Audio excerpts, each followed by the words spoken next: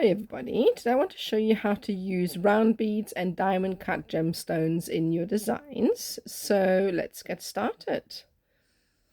So to begin with, we need our 3 base wires, and we are going to go roughly about 5 centimeters. So take the midpoint and move 5 centimeters to the left and start your weave there. So that way the weave is centered. Because we obviously need to have it centered so we have got an equal amount of wire left on either side, because it's a symmetrical design. So the way this weave works is we're going to start off with 3 times around the base wire. You can see the little inset on the side there, so 3 times around the base wire. Then we step up the weave and we go once around wire 1 and 2. Then we wrap the wire once around wire 2 only, step it up and wrap the wire around all 3 wires in one go before bringing it back down from behind and wrapping it around wire 2 only, before then bringing it back and wrapping it around wire 1 and 2, and then we're stepping it back down to wrap around the first wire, number 1, 3 times, and then the pattern repeats. And you just continue to do this weave. So it's 3 times around the base, and then you just start afresh, and it's a repetition of the same weave. So we need about 9 of these. So just continue until we've got enough to fit around the bead, and that's what it looks like. So next we are going to cut a piece of our 1mm wire like this. We are going to fold it around the bead like so, leaving roughly about 1 millimeter or so of space on either side, so the bead's got room to maneuver. So I'm just opening up the bend here a little bit because I made it too close. It's just because we need to wrap some wires around the section later on, so we need a little bit of space here so that we can add. So next we are shaping the weave as shown, and we are wrapping it around the stone, and we are going to now bring in the bead and attaching the bead to the actual weave. So with that, we're going to repeat the very same weave that we started with.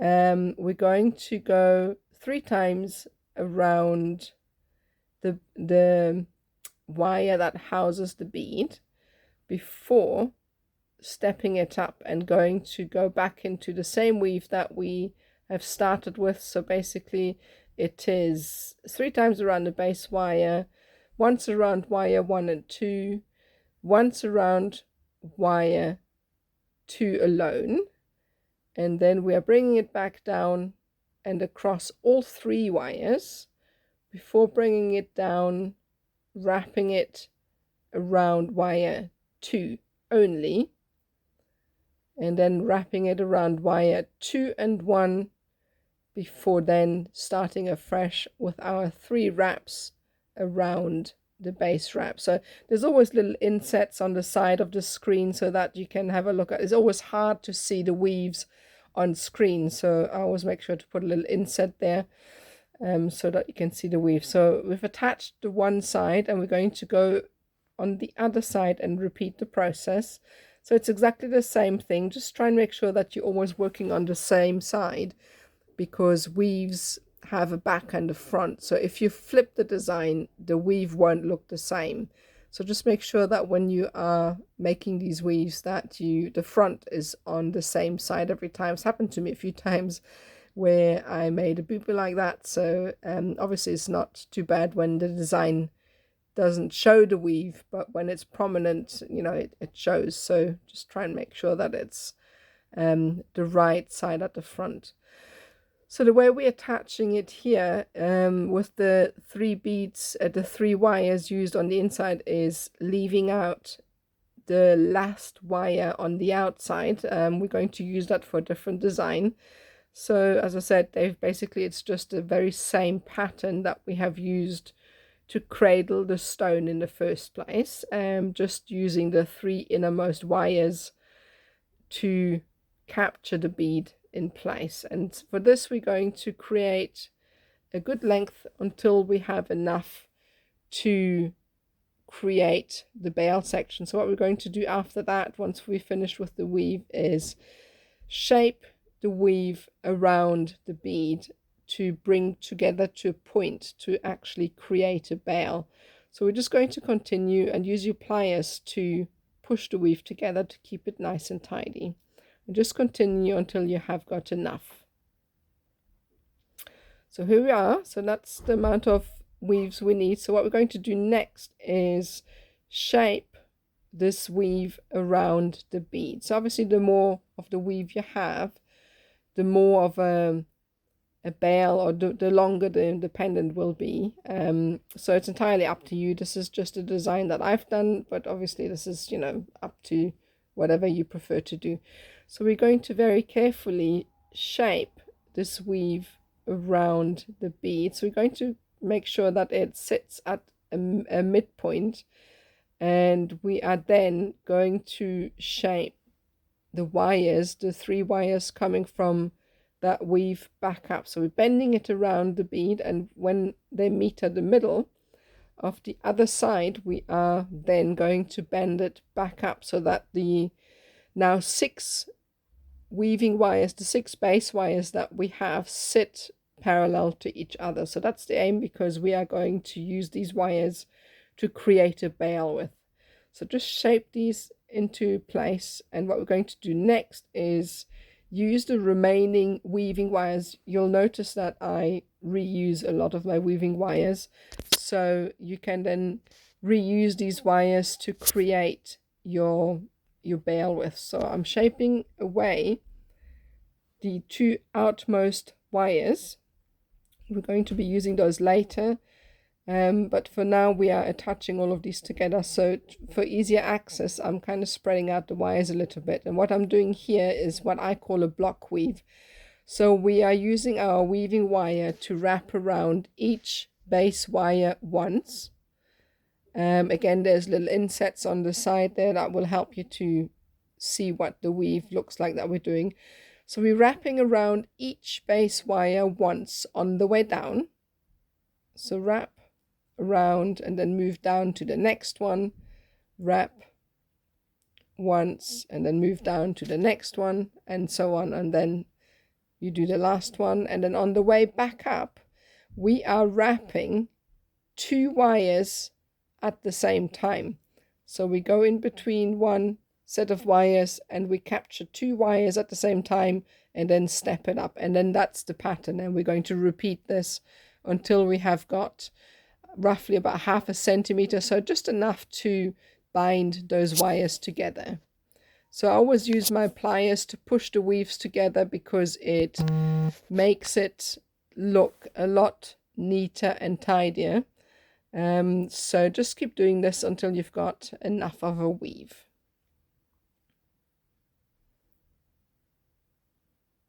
You see here, I always use my pliers every 3rd or 4th wrap, and not everybody does this. I just prefer to do it in any of my work because I just find it helps me a lot with keeping everything neat and tidy, because quite often the weaves don't sit properly, and if you push them together it just makes it look better. So that's what it looks like. So these are just attached, so it's roughly about just 1/2 centimeter or so of this weave, if that. As I said, basically it's only just used to bind the wires together. So next we need to create the shape for the bail. So we're going to set aside the 2 outmost wires on either side, and we are going to bend and create like a navette shape almost. And this is going to house the weave for the actual bail. So we're shaping this in pretty much like we shaped the pendant shape earlier, and once the 2 ends, the 2 wires, or the 4 wires rather, meet back up and make sure that they are symmetrical, we are then going to once again bend them in such a manner that they meet up parallel like this, and this is what it looks like. So next, bring in your weaving wire. So if you need to cut more at any point, you can do so. It's just pretty easy to actually add in. I always end up reusing the same wires. That's why we're starting with such a big length to begin with. I just find there's less opportunity for snagging. So what we're going to do here is wrap around once around both wires on the top. We come in between wire 1 and 2, wrap around wire 1 once, before coming in between wire 2 and 3, wrap around wire 2 once, and then we're going across the gap, and we go once around both wire 3 and 4, before wrapping around wire 4 once. Then we are coming from underneath, and we are wrapping from underneath around wire 3. The reason why we are doing this is quite important in this process to do exactly as shown, because it will ensure that the weave is coming from underneath the 2 wraps on either side, if that makes sense. If you have a look at the inset, you see what I'm talking about. So the manner the weave is created is done in such a way that the crossing wire is hidden underneath it. Quite often when you have bales like that, there's a figure of 8 weave, which you will also do later in the design. But I just wanted to have the 2 wires on either side more prominent, and that's why we're doing this weave in this manner. So you just repeat and you keep crisscrossing. Obviously ensure that you are working as neatly as possible, and then just repeat as necessary.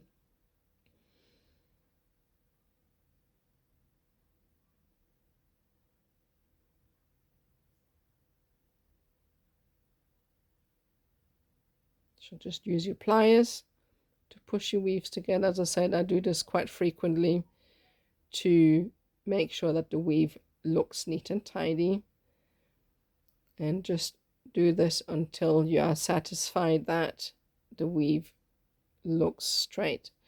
So just going to continue until we get to the halfway mark, and then I will show you, because once you get to the halfway section, it usually gets a little bit trickier to do the weave, simply because it slips and slides, because obviously the wires are now moving in the other direction, the base wires, and the weaves have a tendency to slip upwards. So we are just needing to make sure that they don't do that. So I'm going to show you how to create that. So just continue, and that's so far what it looks like, and we're just going to continue until we get to the halfway mark.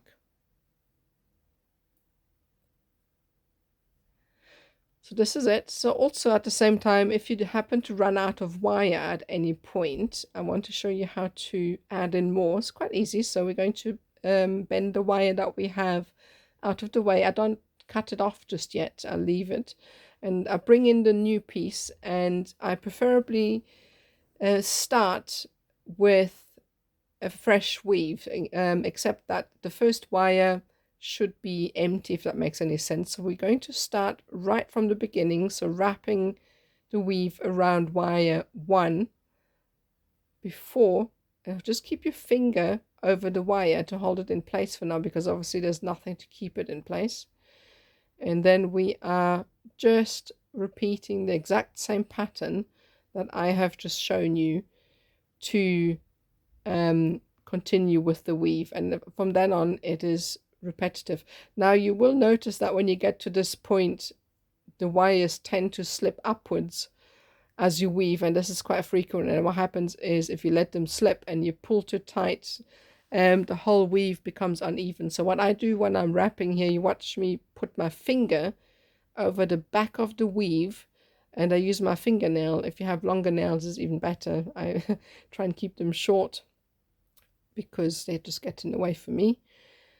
So you just wrap and put your finger over the weave as you go across back to the other side, and this will prevent the wire from slipping.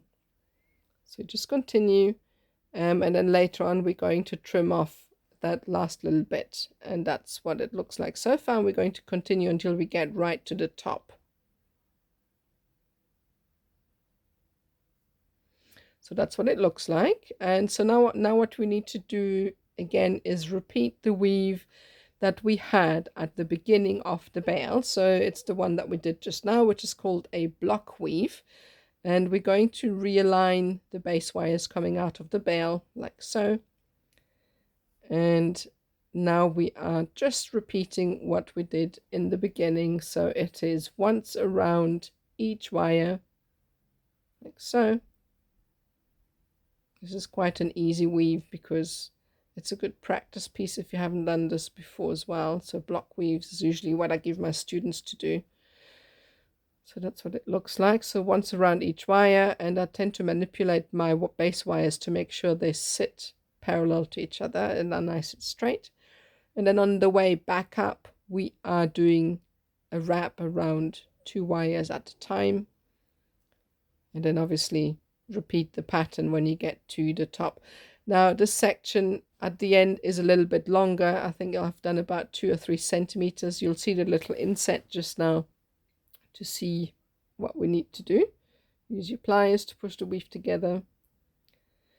And that's roughly what we've done. So this is not 2 or 3, it's roughly about 1 centimeter that I've done. It's just enough of a length to extend the bale. So this is quite a good little useful tip to have if you made your bale too short and you need to extend it a little bit like this.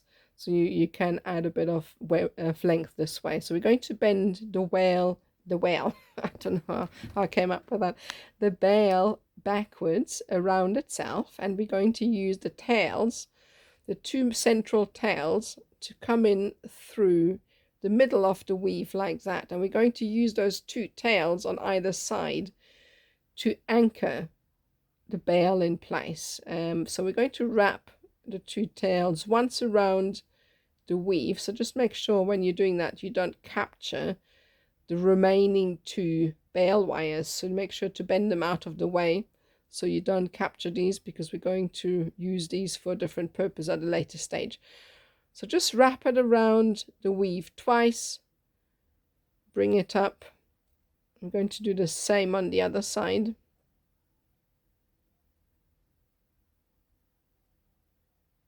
So it's always a little bit fiddly at this stage. So see what I was saying about not wrapping it around the base wires, which is what I've done here. So that's why I'm mentioning it. So just undo it if that's happened and bring the wire back in, and now it's only wrapped around the frame. And that's what it's supposed to look like from the back. And we're going to do exactly the same on the other side. So you don't need to wrap it more than once or twice, and that is enough to keep the bale in place.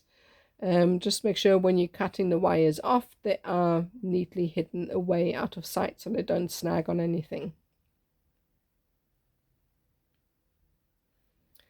So next up, we are going to create the cradle to sit the stone in. So it's roughly about 22 centimeters, and we fold this in half.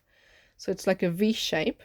And we are going to line it up with the wires that are remaining from the bale.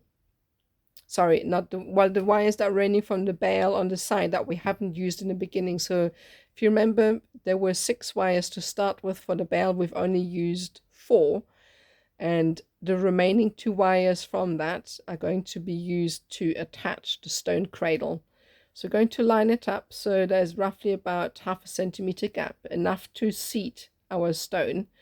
And I like to strengthen it with flattening this V section. It makes it a little bit stronger and work hardens it. So I'm just hammering it. And that's what it looks like. You won't actually see this because the stone will hide it. So it doesn't really matter if it, if it looks a little bit, if there's hammering marks on it, for instance. So what we're going to do is we're bending the wire at an angle to match up or to meet up with the remaining bale wire, like so. Going to do the same on the other side. It's a little bit fiddly at this stage, so just take your time with that. So bend it up, like so, and then we're going to bring in, if necessary, bring in some more weaving wire, and we are finding the half point of this weaving wire, because I prefer to reuse my wires. So half on one side for this weave, and then obviously the other half gets used for the weave on the other side, which is a mirror image of this one. So what we're going to do here is a 2x5, which is really easy to do. So it is 5 times around the base wire, like so, and then twice around both wires. So it's super easy weave to do. 5 times around the base wire. So just keep your wrap, and then twice around both wires, and then repeat. So once you've done your weave, we are continuing. So I'm just attaching the one side, and then I am going to move over to the other side before finishing off the weave. So I've attached one side. I prefer to have both sides attached before I do a full weave, so that I can pull on the wires to adjust the seating. So that's why this is only half finished. So I'm going to go to the other side, and you watch me here flip, because I have a certain way I like to work with it. You'll find for yourself when you're doing the weaving that there's certain ways you like to hold your pieces to make the weaving easier, and as long as you're making sure that the weave, this weave doesn't have a front or a back, but many of them do. So as long as you're making sure that the front of the weave is on the same side, you can rotate your pieces whichever way. So we're repeating this on the other side. So it's 2x5, so 5 times around your base and twice around both wires, and then just repeat. So that's the amount of weaves we need. Obviously, depending on your size of the bead or your pendant or so, you may need to adjust the amount of weaves in any given scenario. So this is just the amount that I've done. And once we've done this weave, we're going to seat the stone in the cradle, just to have a look. And we are then going to shape these woven sections around the bale and over the area where the stone sits. I've taken the stone out for now, because obviously it will just fall out for now, so may as well just take it out. So we're shaping the weave, and we are going to attach it to that little section. If you remember well, I said leave a little bit of a gap when we are adding in the bead, because we need to attach some wires to the wire crossing through the bead, and this is why. So now we're going to shape the other side as well. So the trick here is to take your time and make sure that each loop is the same size as the other one. So obviously symmetry here is of importance. So just really go slowly, take your time, and make sure that they are the same size. You can, before tying it down or before wrapping it in place, adjust the weave with a pair of pliers. So it's quite manipulable, if you can even say that at this stage. So before you're tying it down, do that. So now we're seating the stone into the cradle, because it will be pressed down by the weave. It'll still be quite loose, but the weave will hold it in place. So pressing it, and what I'm going to do next is attach the weave.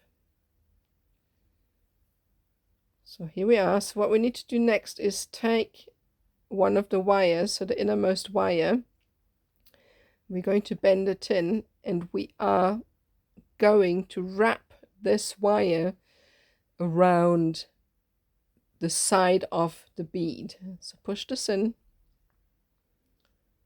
Take your wire, and if necessary take a pair of pliers as well, and pull that through. And then we are wrapping this around the wire that holds the bead once. Now you only need to go around it once. That's fully enough to hold it in place, because it's obviously just attaching a weave, so it's nothing structural, so it only needs to be attached once, and then you jiggle it a little bit, wiggle it a bit to tighten the loop around the weave. So we're going to do exactly the same on the other side. So always find that shaping your weave upwards a little bit first helps preventing kinks in the wire, so sharp angles aren't really good when doing this sort of thing. So go in gentle circular shapes when attaching these wires. So pull through, there you go, and then we're doing the same on the other side. So just wrap it around the bead once.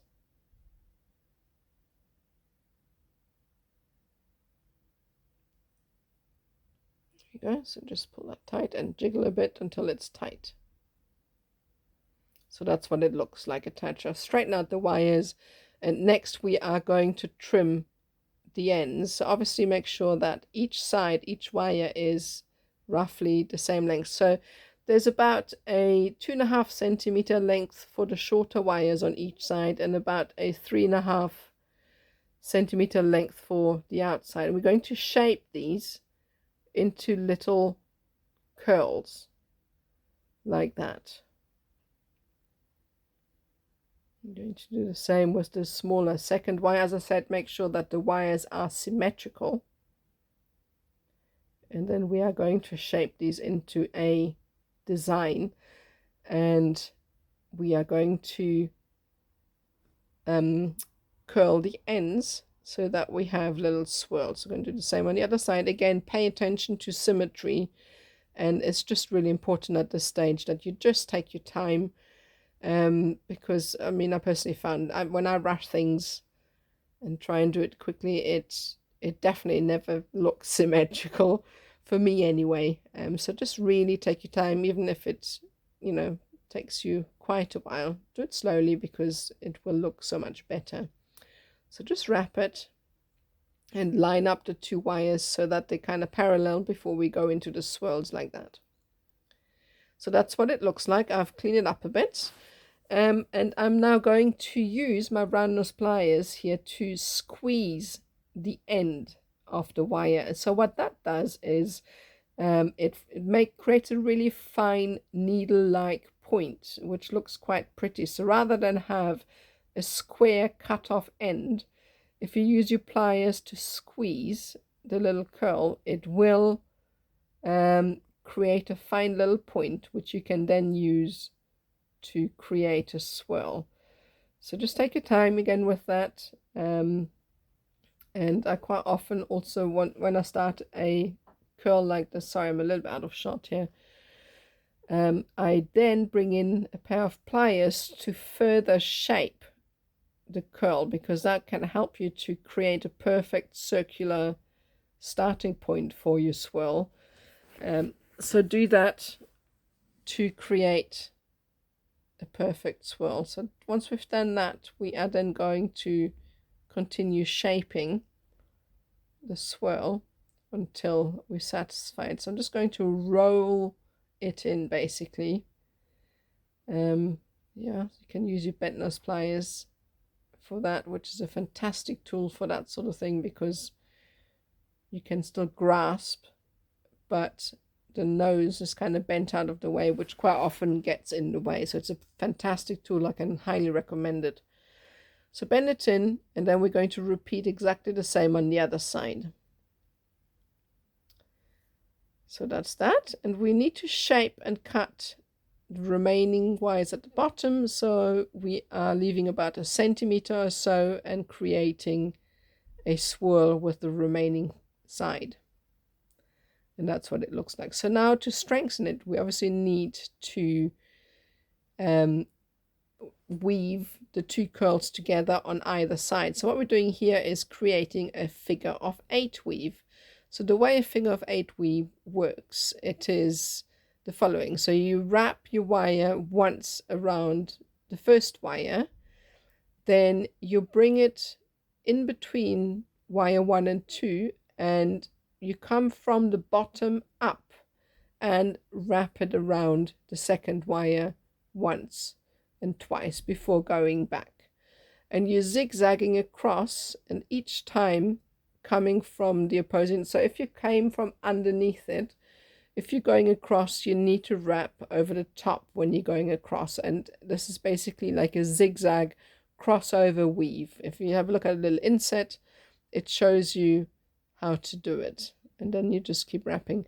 Now, if you're going around a bend like I am doing right now, you need to maybe wrap 2 or 3 times around the bend, because obviously that curvature is larger than the curvature of the smaller coil on the inside. So you need to compensate for that by wrapping around it a couple of times, 3 or 4 times even, to fill the gap of that weave. Otherwise there would be a gap if you keep going across without doing that.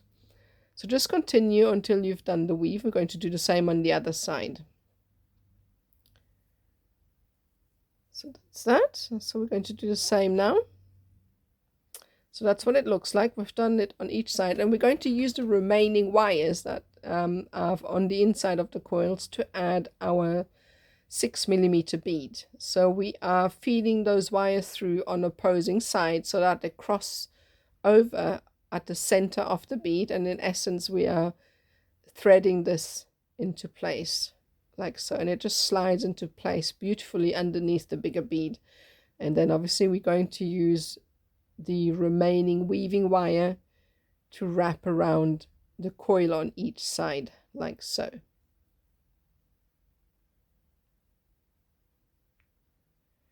So next, you see me here using a needle to poke a little bit of a hole in the bottom of the frame, because what we're going to do is we are going to use the leftover wire now to sew the swirls to the frame. The reason being for that is these kind of details can get stuck on clothing or on anything that may, that you may be wearing, and if it gets stuck, it gets hooked and bent out of shape. So you want to make sure that these are tied down. So that's what I'm doing here.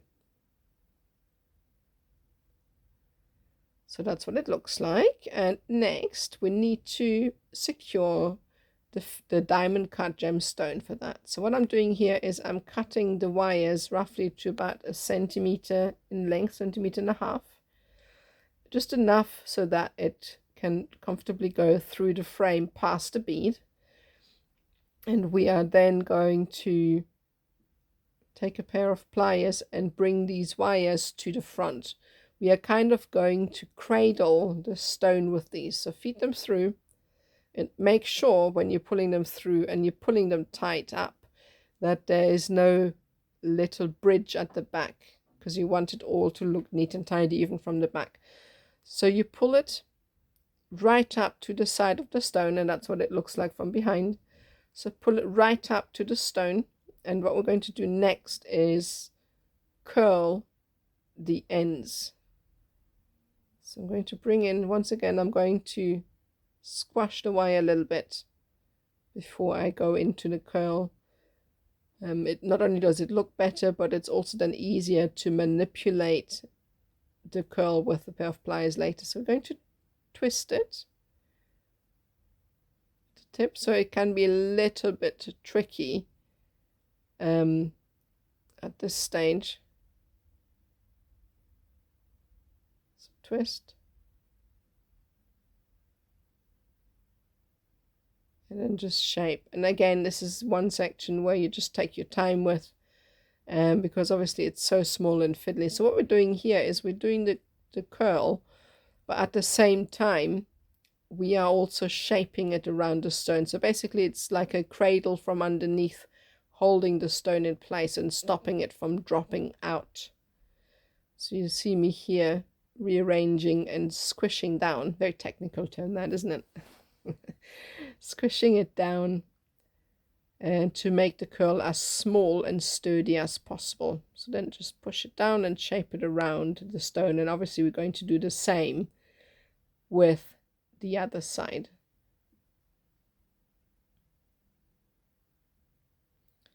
So that's that. So we've done both. So now what we need to do is, coming in from the back, we obviously need to make sure that the weave is secured with the 2 wires, because they're quite flimsy still. So what I'm doing here is, once again, it's a figure of 8 weave, which is what we've done earlier as well. So it is once around 1 wire, make sure there's a full loop, and then we are crisscrossing, coming over from the top to underneath on the other side, to create the figure of 8, and then we're just doing enough of that weave to give those 2 wires a little bit of strength and stopping them from being too loose. So you can see me here using my pliers. Again, if the weave doesn't fit through, you can lift the wire slightly to make sure the weaving wire can pass through. There you go. So that's what it looks like. And then we're going to just trim off those wires because we don't really need them anymore. Cut them off. And then the other one as well. And that's what it looks like. So now your stone is already much more secured. So next we're going to shape the little detail on the side. So these were the wires right from the start that we put into place when we were creating the bead cradle. And we set this aside quite early in the design. So we're using these now. So shape them around the stone. I don't really know what you call this shape really. So just copy what I'm doing. And we are then meeting up those 2 wires just above the diamond cut gemstone, like so. And once again we are bending these back up so that those 2 wires that we've just bent into place meet up and are parallel to each other, because we're going to create again another figure of 8 weave. So it's what we've done before. So you slightly bend those 2 wires away from the frame because we need to have a little bit of space to create the weave. So once again, figure of 8 weave. So we're going to start with 1 wire around the one side, wrap it around once, full loop, and then obviously go back across from over the top to underneath to the other side. A little bit fiddly here. Lots of it isn't quite fiddly, so you just take your time with it, especially when you have fine wire like this, and there's long length of it can be a little bit fiddly. So just feed that through, and then obviously just repeat until you've got enough length to just about the top of the diamond cut stone. So that's what it looks like. Once again, trim the wires off, we don't need them anymore. And next we are then going to shape the remaining wires coming out at the top. So what we're going to do here is bending these wires around the weave at the top. So I'm going to try and go behind it. For now I'm just shaping it into place. I'm going to do the same on the other side. So before I'm pulling too hard on it, I want to make sure the other side's shaped as well. So I'm going around the other side, and you watch me here because it doesn't want to slide behind the weave easy. I'm just prying it apart a little bit gently to make sure the wire feeds through. And then I'm pulling, and that's securing it. So just to keep adjusting it until you're satisfied with the way it looks. I always straighten my wires as I go along, and that's what it looks like so far.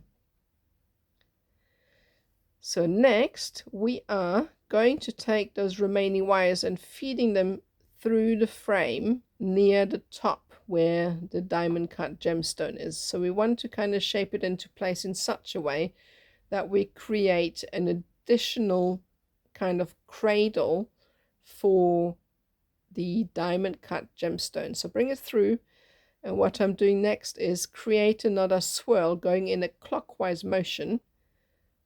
So this is one more section where you just need to take your time. So shape it in such a manner that it meets up with the stone. So bring it in, and then what we're going to do next is cut the wire. Now you see me here doing all of this in one go. I recommend when you're doing this yourself is to do both sides at the same time, just to make sure that the symmetry is the same. Obviously when you're doing the swirl on the right, do the swirl on the left before cutting the wire, so that you can ensure that you use the same wire length. I'm just doing it all in one go, obviously, because I'm teaching you. But when you do it, just try and do both sides, you know, at the sort of same tempo. So once again, squish your wire ends as we've done before, and we're going to roll in the wire and shape it until it fits, until you're satisfied that the curl is just the way you like it. So roll it in. And we're going to shape in such a way that the curl finishes or ends just above the bead, because we're going to fill out the empty space with a bit of weaving. So that's what it looks like. So obviously just keep adjusting until you're happy, and as I said, do the other side at the same time so that they are perfectly symmetrical. So now we're going to add in a weave. So that's both sides done. So now you see there's a little bit of a space between the two curls, so we're going to fill it out once again with a figure of 8 weave. Very versatile. It's the same weave, just done in a different manner. And each time it can look differently depending on whether you're separating out the wires or keeping them parallel to each other. There's a curvature in this instance, so it's going to yet look different again, but it's exactly the same weave as we have done throughout the design. So it's once around one wire, make sure it's a full revolution. Then when we're coming across, we're going to do it again. So we do this on both sides until we get to the bottom of each weave. Now, as I mentioned earlier, when we are doing the weave around the curvature, you need to compensate for the extra length, and that's that. So last thing to do is add our beads, and for that you can just reuse a little piece of leftover wire, or you can add a new, and all we're doing here is attaching it to the bail, and then that's you done. So thank you so much for watching. I really hope you enjoyed this class. If you want to find me on social media, I am on YouTube, Instagram, Facebook and TikTok under Mbali Crafts. I also have a little Facebook group, which is a group for jewelry makers, wire wrappers, and we always have fun little community projects going. So for a little bit of crafty chat and some inspiration, come and join us. And that's it for me, and thank you so much.